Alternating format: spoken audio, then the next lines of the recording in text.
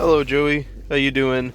Today we are going to be discussing the 21st book in the series and the second last one that is still needing to had a review made on it.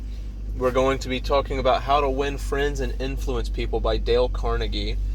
So, How to Win Friends and Influence People is a very, very important book, even though it was written many decades ago. I don't know the exact date, but it's been out for an extremely long time.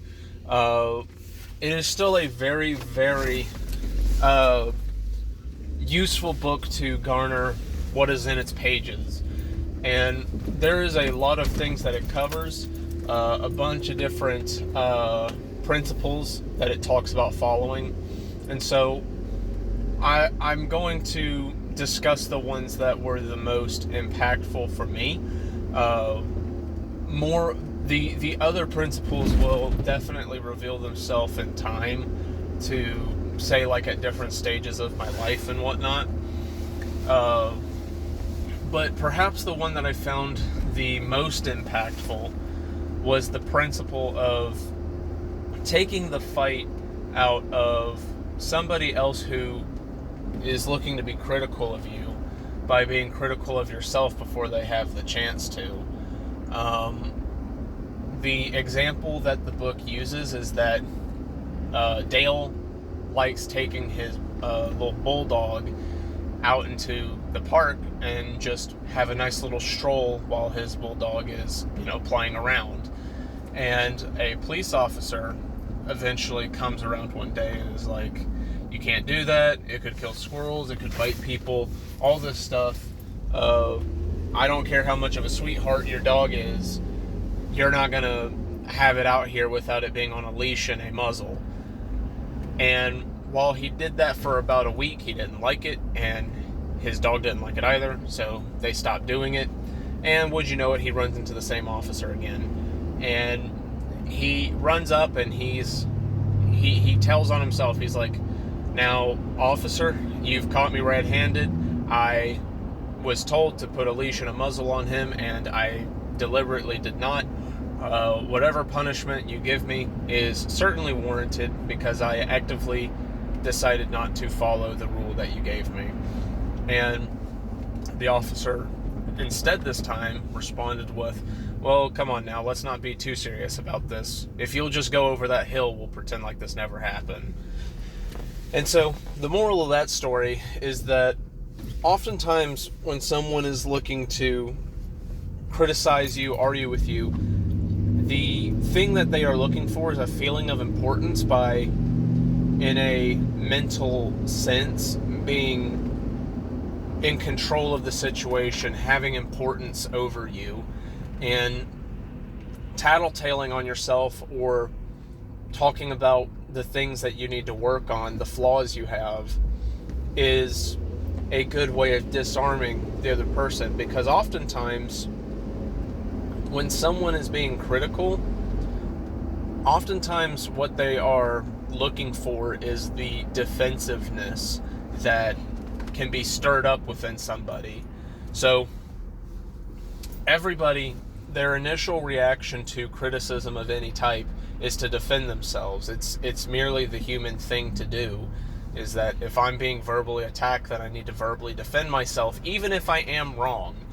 And that is what the opening passages of the book talk about, with Al Capone saying that he under his weary heart is a man that wouldn't hurt a fly, even though he's one of the most wanted criminals at the time.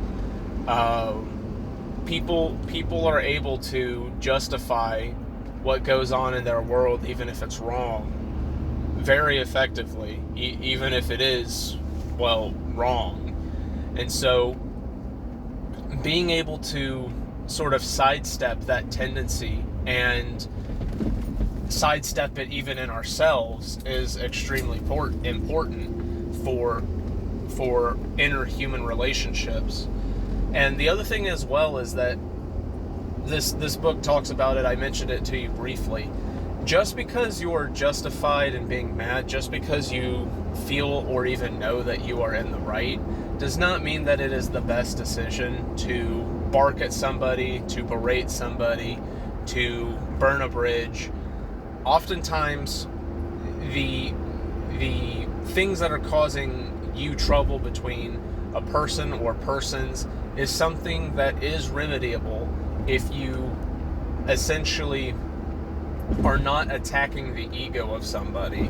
If you come about it in a way where you are, like, there's this section that talks about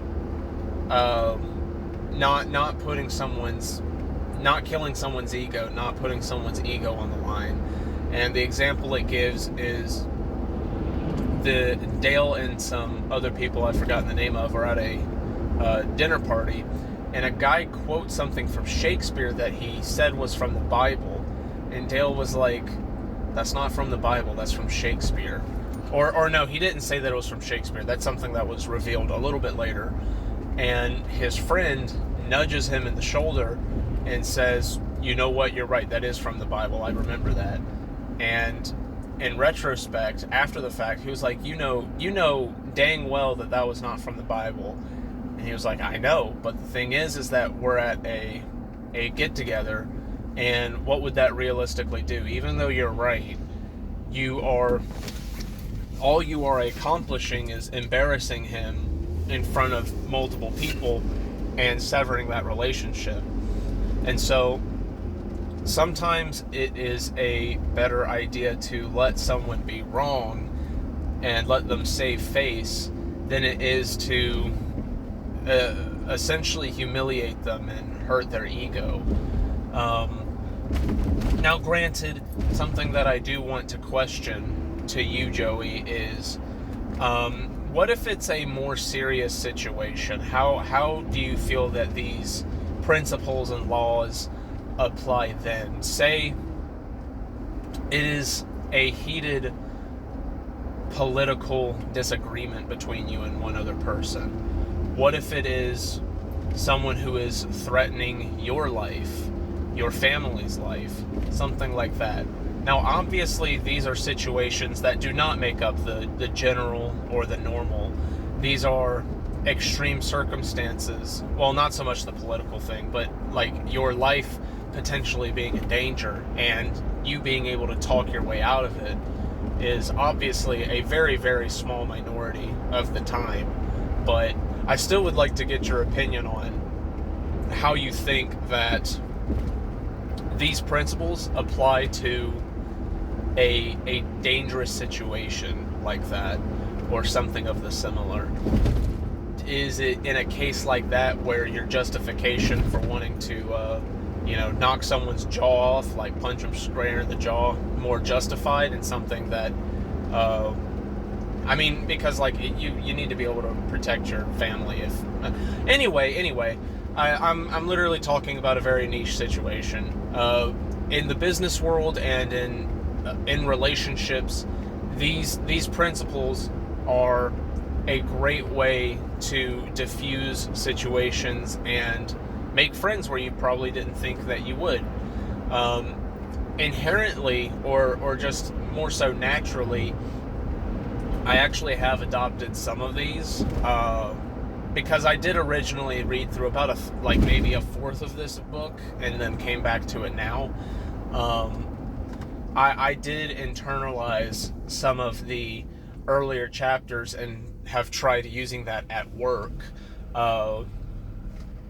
especially ones like not taking a stance where you are presenting yourself as infallible, because not only is that very likely to create defensive situations, yelling matches, stuff like that, but it also makes it to where if you end up being wrong, then it is much worse than if you approached it from a point of view like, now I'm not infallible. I'm not infallible with what I believe, but if I'm not mistaken, this here is the case, that this is the truth at hand. If I'm wrong, then please correct me. Stuff like that. I internalized the presenting your flaws to the surface quite a bit.